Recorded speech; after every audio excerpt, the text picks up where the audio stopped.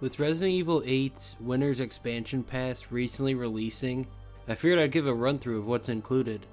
The pass allows you to play the story of Village in third person, which can be a great way to re-experience Village or even experience it for the first time. However, it's not fully third person, understandably, as you'll notice the cutscenes swiftly yet smoothly transition back to first person, and return to third person afterwards. There's also an update to the Mercenaries mode, adding new characters such as everyone's favorite RE mom, Lady Dimitrescu, and everyone's favorite Wesker insulting Boulder Puncher Chris Redfield. So if you wanted more Mercenaries content, you're in luck. The third and final item, and also the main course of the pass, is the Shadows of Rose DLC story. The premise of this story is Rose, who is now a teenager, has a hard time making friends due to a lack of control of her powers that she inherited from her father. She's eager to get rid of them if that means she could live a normal life, so she jumps at the first opportunity that can make that dream come true.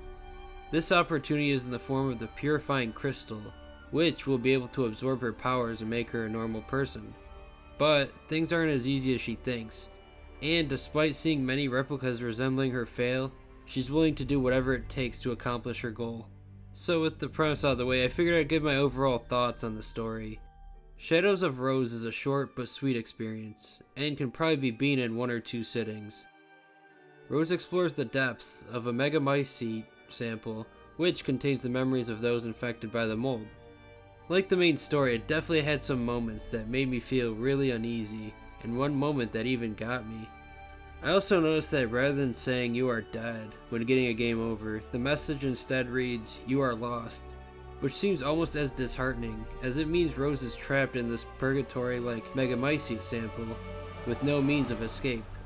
Controlling Rose and using weapons in addition to her supernatural powers was definitely a nice way to shake things up, and differentiate her from her father Ethan's gameplay in the main story. There's also a stealth segment sprinkled in there, where you have to pay attention to the movement patterns of your foes because it can lead to unnecessary damage. If Shadows of Rose is the conclusion to the Winter Saga, I'd be okay with it, especially because of the uplifting climax of the story and how all the events played out. It also has some cliched moments, but I felt like it had to be in order to service the story. Besides, just because it's cliched doesn't mean it's bad. These cliches exist for a reason. They work. It may not be highly replayable depending on your taste, but I think it's definitely worth giving a try at least one run through. Be sure to check it out.